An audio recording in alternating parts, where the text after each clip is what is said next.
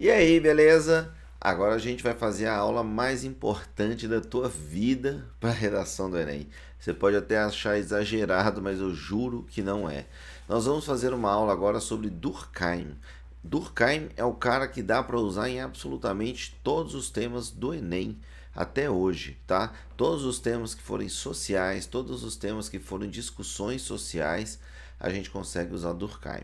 Vamos entender o conceito dele e depois a gente vai ver os exemplos de redações que usam Durkheim na argumentação, tá bom? Então, vamos lá para o nosso quadro virtual e vamos começar a falar de Durkheim.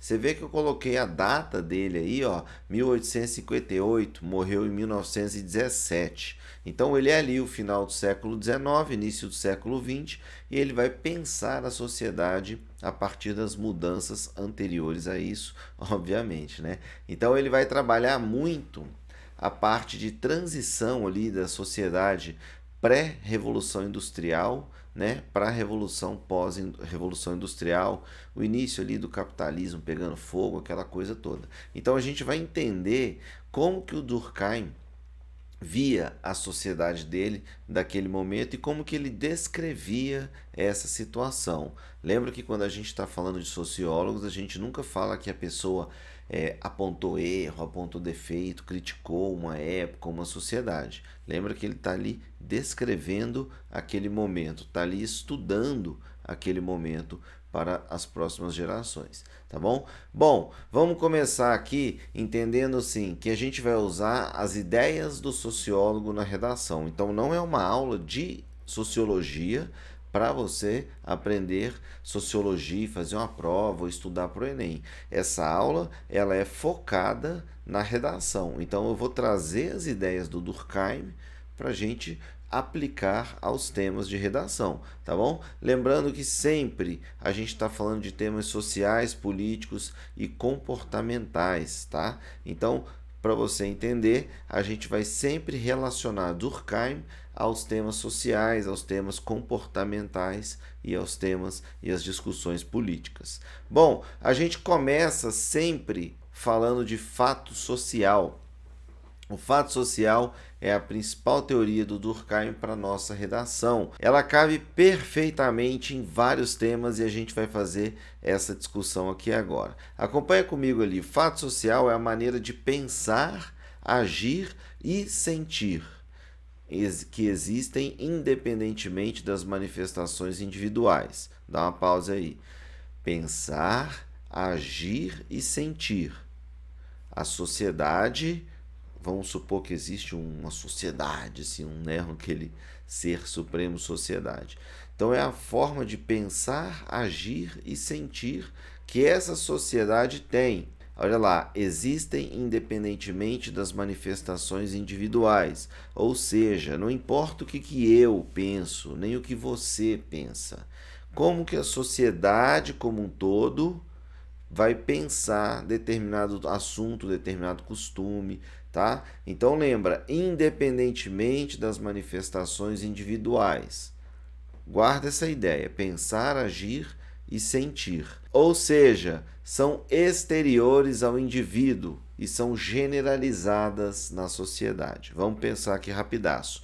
O fato social é uma maneira de pensar que a sociedade tem, independente da minha opinião pessoal, ok? Exterior ao indivíduo, né? Não importa a minha opinião. Generalizada é como se todo mundo, ou 99% das pessoas, pensassem ou agissem desta forma. É só você pensar, por exemplo, nessa situação de estudo. Uma parcela absurdamente grande da sociedade entende a necessidade de se estudar. Isso é um fato social, tá? É uma forma de pensar que a sociedade entende que é necessário estudar. Tanto que existe uma lei de obrigatoriedade para se estudar, né? E existe um conceito na sociedade da importância do estudo, beleza? É independente do indivíduo. Aí você fala assim: ah, mas tem um cara que eu conheço que acha que não precisa estudar. Cara, beleza esse cara, né? Não importa, tá? Generalizada na sociedade. Fechou? Vamos continuar, vai entendendo melhor ainda. Continua aqui comigo. Ó, fato social, generalizada, repetido por muitos. Então é uma ação que uma parcela absurdamente grande da sociedade faz. Por exemplo, uma forma de agir na sociedade, comer uma sobremesa depois do almoço. Você vai falar assim, eu não como, beleza, independentemente de manifestação individual, ok? É costume no Brasil, é normal. Você vai em Porto Alegre, o pessoal come sobremesa depois do almoço. Vai no oeste de Santa Catarina, no oeste do Paraná, tem gente comendo sobremesa depois do almoço. Vai no Piauí, vai no Amazonas, vai em Roraima. Onde você for, vai ter gente comendo uma sobremesinha depois do almoço, beleza? Seja um comportamento, pode ser a sobremesa depois do almoço, um costume, uma maneira de pensar em algum tema dentro da sociedade. É só você pensar também na ideia de casamento, né? Em todos os lugares que você for, em uma determinada idade que você chegar, provavelmente você ainda não está nessa idade, mas em um determinado momento as pessoas vão falar: e aí, vai casar, não vai? Tá na hora de casar, tá na hora de ter filho? Como é que vai ser essa situação? Além dessa ideia de você falar do casamento como um fato social, nós podemos também pensar em outros costumes, outras formas de agir e pensar. Por exemplo, tomar banho todos os dias. É um hábito nosso no Brasil de tomar banho todos os dias. É cultural, cara. Né? Você fala assim, o fulano não toma. Beleza, o ciclano não toma. Tá bom. Às vezes a pessoa não tem como tomar banho todos os dias, não tem água na casa dela. Tudo bem, mas é um costume no Brasil tomar banho todos os dias, tá? Escovar os dentes é um costume, é uma forma de agir e é uma forma de pensar também essa relação de escovar os dentes. Assim como existe questões estéticas, né? Questões sobre magreza, o ideal de beleza, por exemplo, né? Esse conceito do que é o belo, isso daí é um fato social, ok? As pessoas valorizam, vanglorizam a magreza, por exemplo. Então é um fato social essa relação de magreza e beleza. Eu não acho, beleza, você não acha, tá? Mas a sociedade acha, ok? Temas ligados a preconceito, por exemplo, racismo. Você nasceu numa sociedade racista. Independentemente de você ser ou não, de eu ser ou não, do vizinho ser ou não, a sociedade como um todo é. A mesma coisa para misoginia. A sociedade é misógina, ok? A sociedade tem um preconceito em relação à mulher. Isso é óbvio, é fato, todo mundo sabe. Eu não aceito. Porra, você não aceita. Mas a sociedade como um todo é, tá? E essa relação da homofobia é a mesma coisa. A sociedade é homofóbica. A sociedade entende o casamento ou o namoro ou a relação amorosa que seja entre um homem e uma mulher. Tanto é que hoje você vê o embate de pessoas que são contra, falam mal, essas coisas. Porque essas pessoas ainda não entenderam a mudança social, essa mudança de comportamento dentro da sociedade, ok? Então elas absorvem o fato social como uma verdade absoluta, né? Não pode mudar, tá errado, né? Essas pessoas extremamente tradicionais, elas têm essa dificuldade muito grande de relacionar isso. Bora lá. Acompanha aí, força aí. Fatos social são dotados de uma força coercitiva. O que é essa força coercitiva? É como se existisse a sociedade, assim, vai. Sabe aquela coisa que eu falei da sociedade? Uma força grande assim, seja racista, pense dessa forma. Isso é a força coercitiva, é te induzir, é te pressionar, é te compelir a fazer algo pela força. É você entender que, a sociedade inteira acha que a magreza é bonita. Você vê uma pessoa gorda, você não pode achá-la feia, bonita. Você vai achá-la feia, porque a sociedade coloca aquele padrão. Então, quando você vê um tema como bullying, por exemplo, é a força coercitiva do preconceito agindo naquela pessoa, tá? Então, não é que, eu não acho, é a sociedade como um todo. Por que as pessoas no Brasil, por exemplo, são racistas? Porque não é um ser humano, é todo o sistema sendo racista. todo o sistema, né? Você vê que não existem blogueiros negros como existem brancos, não existem chefes de estado, não existem técnicos de futebol, né?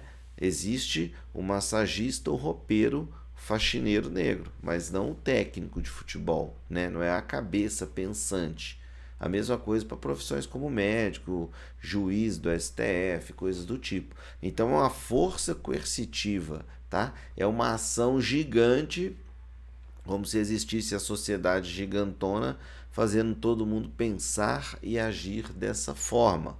Bom, tem coisas que são negativas e tem coisas que são positivas. Falar um idioma dentro de uma sociedade. Você fala português porque a sociedade fala português. É uma força coercitiva te induzindo a falar o idioma. Se você mudar para os Estados Unidos, você vai falar inglês, né? Mesmo que tem gente que vai e não aprende a falar inglês, fala espanhol, né? Pelo tanto de pessoas falando espanhol ali, mas você é obrigado a falar a língua dessas pessoas. Se você for para o Japão, você é obrigado a aprender japonês para se comunicar com as pessoas, tá? Então, a força coercitiva não é só de coisas ruins, podem ser de coisas boas. Um costume positivo, tomar banho todos os dias, né? Existe uma pressão social para você estar sempre limpo, cortar os cabelos, não ficar feio, né? Você vê que a força coercitiva não está agindo muito em mim, né? Eu tô com a barba meio mal feita e tal, mas existe essa pressão social, né? De estar bonito, tá feio, não tá feio, tá bonito, tá? Um conceito que a gente já falou em padrões de beleza. Então, isso é um fato social, isso é uma força coercitiva. Pode ser uma coisa negativa, tipo indução a preconceitos e a padrões. Podem ser coisas positivas, como tomar um banho todo dia, falar o idioma, entre outras ações.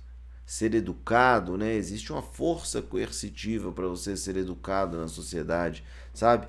Falar obrigado, pedir por favor. O fato social, ele é imposto por meio de normas oriundas da consciência da sociedade. Dá uma pausa aqui. Vamos lá. O fato social é uma imposição daquele gigantão sociedade por meio da consciência da sociedade. Então é como se existisse uma consciência social te impondo determinadas ações, determinadas ideias, tá bom? Por exemplo, parar no trânsito para a faixa de pedestre. Existem cidades no Brasil que não se para a faixa de pedestre. Eu moro numa delas, Belo Horizonte. Aqui, faixa de pedestre é para o pedestre parar e o carro passar, sacou? Agora, você vai em algumas cidades, por exemplo, Cuiabá, Brasília, o pedestre pôs o pé no chão, o carro para. Então, a consciência da sociedade impõe essa regra para as pessoas, ok? Olha lá, das regras de direito, que seriam também as leis. Então, existem as consciências que se tornam leis também, igual eu falei no início, o estudo. Existe uma consciência social sobre a necessidade de se estudar. Então, está na lei, ok? Também se torna uma lei nacional. A mesma coisa, você vai pensar de costumes e moralidades. Então existe uma imposição dos costumes. Por exemplo, almoçar meio-dia.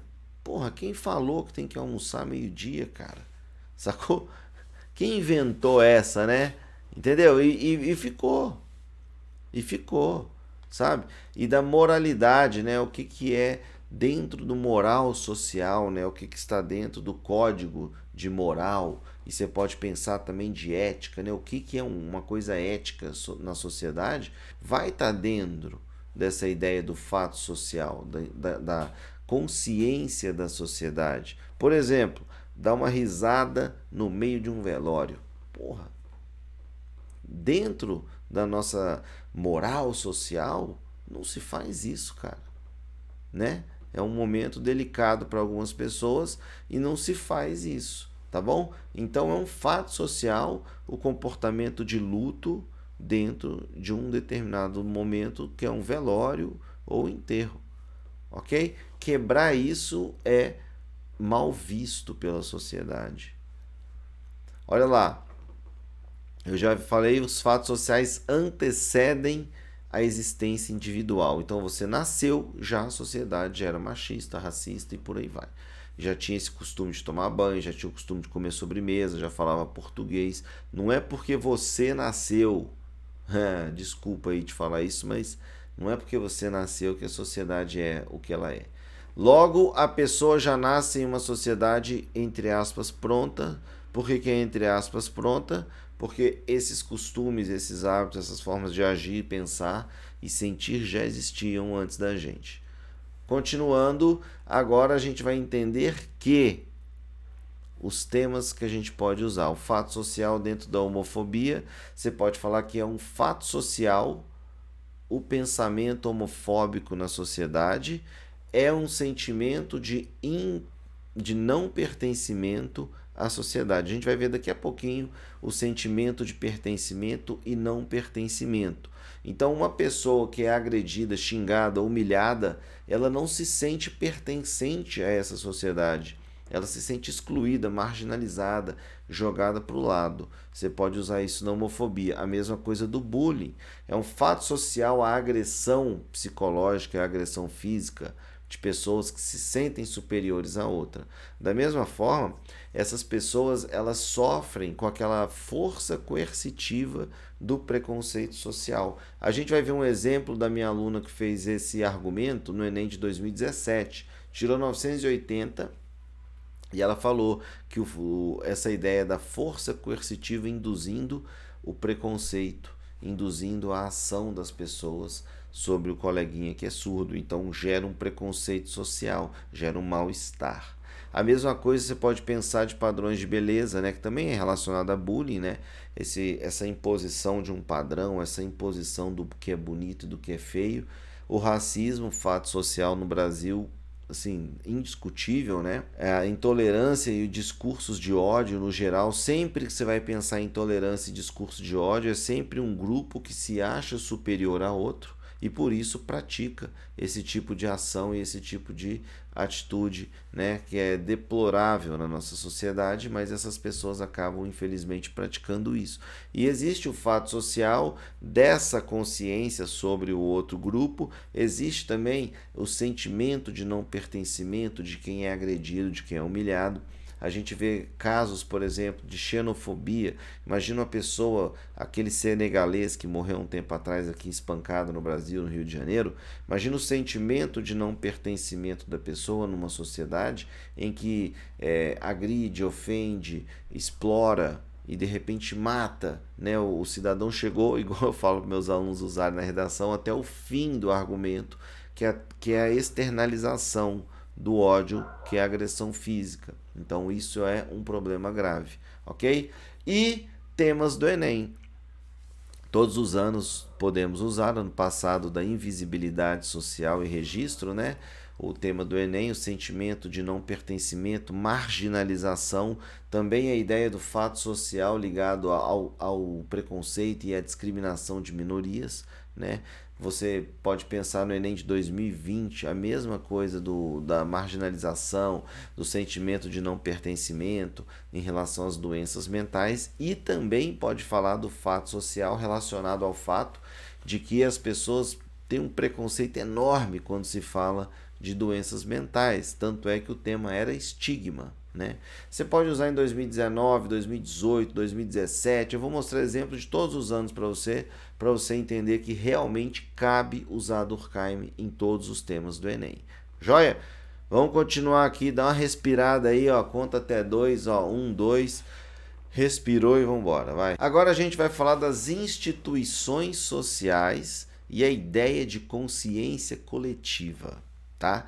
Olha só, o que é uma instituição social? A instituição social, ela é aquele grupo social, por exemplo, uma família. Uma família é uma instituição social, certo? Existe ali uma certa hierarquia, existem as pessoas que compõem aquele grupo social. A igreja também é uma instituição social, né? Toda aquela hierarquia, todo aquele, né, aquela burocracia, não sei qual outra palavra podemos usar, mas que existe aqueles conceitos, aquelas regras pré-determinadas, né? Aquelas consciências coletivas de como se portar numa igreja, de como se agir, né? Do respeito que se deve ter e tal. A escola, a mesma coisa, rede social também. Tá? A rede social também é uma instituição coletiva, é uma instituição social que existe uma consciência coletiva. Agora, olha a explicação: cria-se um tipo de consciência que se impõe sobre os indivíduos. Então, calma aí, uma consciência que se impõe sobre os indivíduos. Então, dentro de uma família existe, né, um respeito mútuo. Você sabe a posição do pai, a posição da mãe, o cachorro, né? Às vezes está melhor do que as pessoas, mas tem o filho.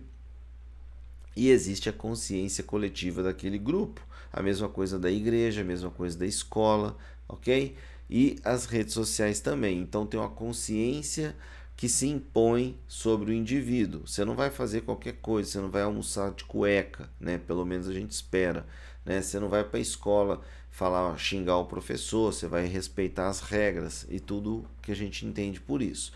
Age a partir do indivíduo e através dele. Então imagina uma manifestação de racismo. Então existe a consciência coletiva na sociedade e age a partir do indivíduo e através dele. Então você está quebrando a instituição social, você está quebrando essa moral social a partir do momento que você usufrui do teu espaço para, a partir e através de você, externalizar, por exemplo, um preconceito, um ato feio. Mas não é possível ser analisado individualmente. Então você fala assim, o cidadão ali foi racista, beleza, mas não dá para você falar exclusivamente daquele cidadão. É a sociedade, é o conceito que se tem dentro do Brasil, ok? Isso é muito importante de entender, tá? Bom, quanto mais forte for a instituição social, mais forte será o êxito da consciência social. Pega para mim aqueles exemplos que a gente tem da Idade Média, com a força que a igreja tinha naquela época. O cara escreveu uma teoria, Galileu é um grande exemplo, a igreja fez ele negar. Quanto mais forte for a instituição, mais forte será o êxito da consciência social. Você não discute com a igreja.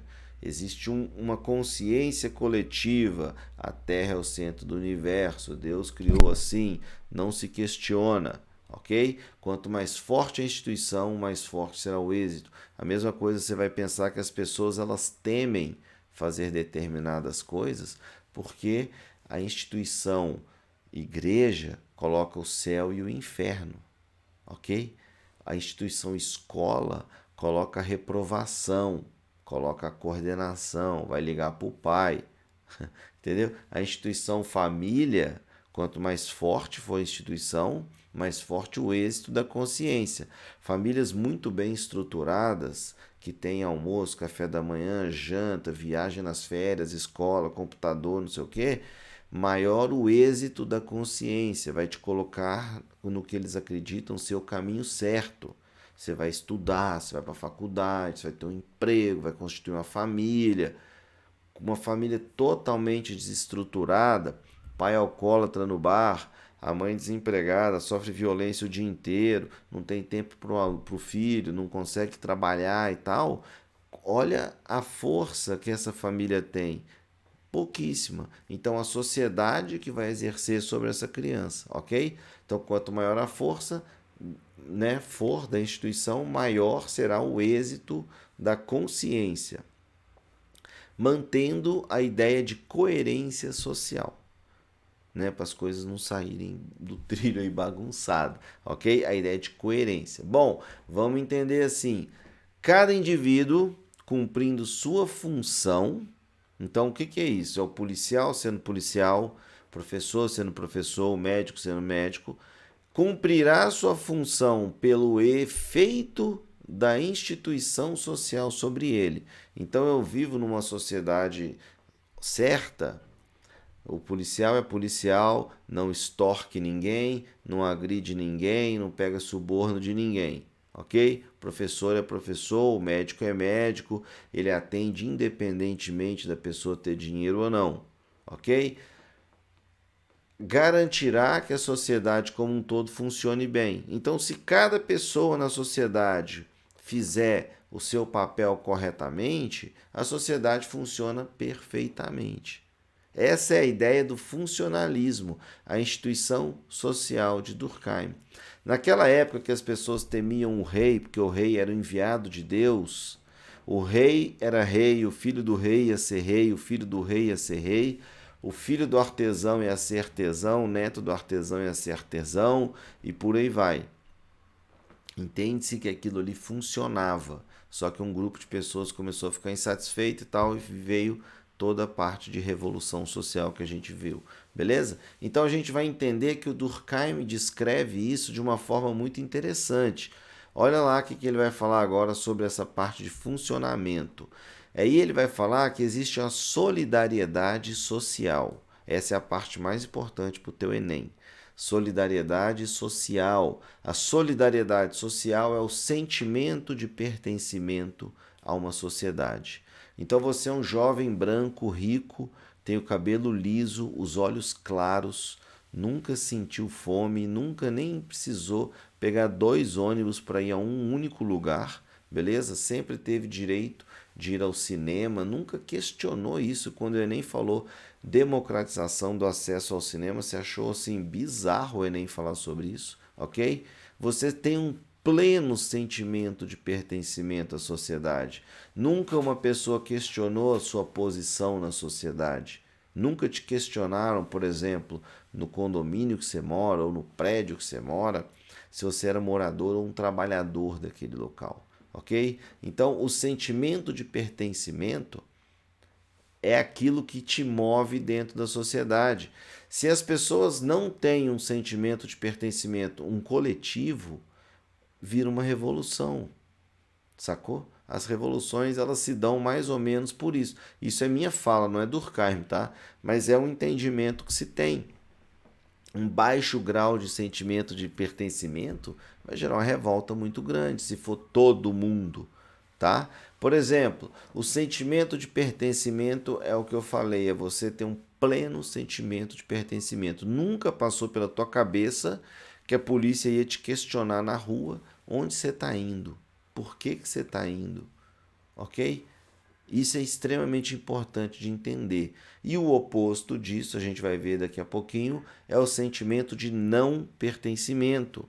É a pessoa discriminada, é a pessoa xingada, é a pessoa humilhada, é a pessoa que apanha na rua, ok?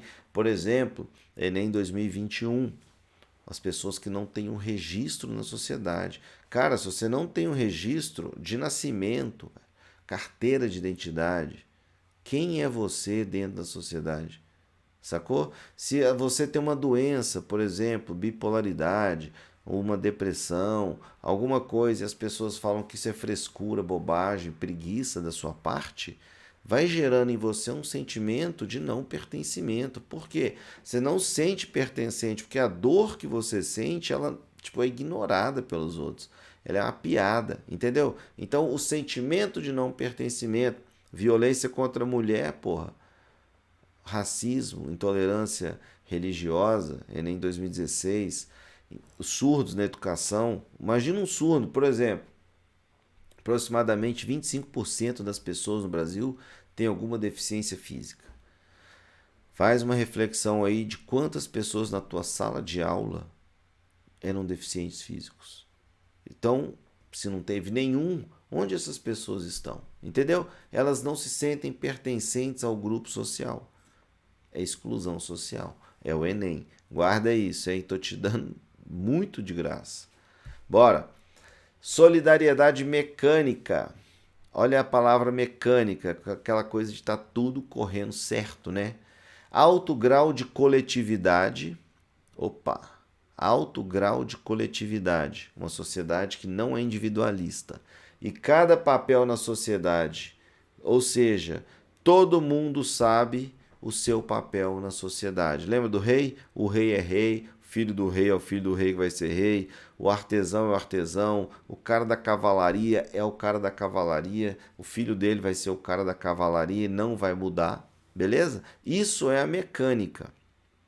Também você pode pensar nas sociedades agrárias, né? As pessoas que nasceram na terra, trabalham da terra, os filhos vão nascer ali, vão trabalhar ali, aquela coisa que a gente vê antiga, não é mais atual. E a ideia de punição e recompensa. O que é punição e recompensa? Por exemplo, aquela história de que robô corta a mão. O rei é o rei, ele decide aquela coisa toda, robô corta a mão. Porra, punição. E a recompensa? A recompensa é que você vai viver numa sociedade talvez mais justa ou talvez com menos medo de andar na rua, tá? Isso é punição e recompensa. Essa ideia de que se a pessoa errou, ela vai ser punida e você vai ter um sentimento de recompensa em relação à sociedade que você vive. Essa é a solidariedade mecânica. Bom, você não deve ter visto relação disso com o Brasil. Vamos pensar agora na solidariedade orgânica. A solidariedade orgânica, você vai ver que mais ou menos próximo ao que a gente vive hoje no Brasil, né? Talvez não. Ela existe nela um baixo grau de consciente coletivo. Cara, uma sociedade individualista, ninguém pensa em ninguém, né? Pouco entendimento das regras e das recompensas. Olha só, 100% individualistas, não 100%, vamos pôr em 99% sociedade individualista, cada um por si, foda-se todo mundo. Esse é o sentimento que eu tenho. Pouco entendimento das regras e recompensas. Cara, para que eu vou cumprir regra se eu não sou recompensado, se eu não recebo algo em troca? Por exemplo, não paro na faixa de pedestre. Por quê? Porque quando eu sou pedestre ninguém para e também não paro. Outro exemplo são os impostos no nosso país. Provavelmente o pai seu, sua mãe, alguém que você conhece já falou que pagar imposto no Brasil é uma merda, que os políticos só roubam, não vale a pena. A mesma coisa para eleição. Vai votar em político para quê? Esses caras são safados, não vão fazer nada pra gente. Tá vendo? A gente não tem o entendimento nem da regra e nem da recompensa. Para que eu vou votar no cara se o cara vai roubar de mim, se ele vai ficar lá usufruindo do poder para benefício próprio? Esse é o nosso sentimento. Solidariedade orgânica. Não há clareza da sua função social. Cara, isso é muito louco. Por exemplo, eu sou professor. Mas além de ser professor, eu gravo aula, edito aula, vendo curso, monto material, falo com o pessoal de gráfica, faço boleto, recebo boleto, vou a banco. Olha o tanto de coisa que eu faço só para ser professor. Já pensou? Era muito mais fácil, cara, eu nascer, fazer um concurso público, virar professor, entro na sala de aula, dou minha aula, vou para minha casa e foda-se. Entendeu? Então a gente tem 1000 coisas para fazer e ainda lida com rede social, sacou? Então olha que doideira. Solidariedade orgânica, a mesma coisa do aluno, cara. O aluno, ele estuda, mas ele tem que fazer stories que ele está estudando, aí ele tem que passar no vestibular, aí ele estuda e vira estagiário, aí ele não sabe se trabalha ou se faz estágio, e aí ele não sabe se a faculdade é isso, se a faculdade é aquilo.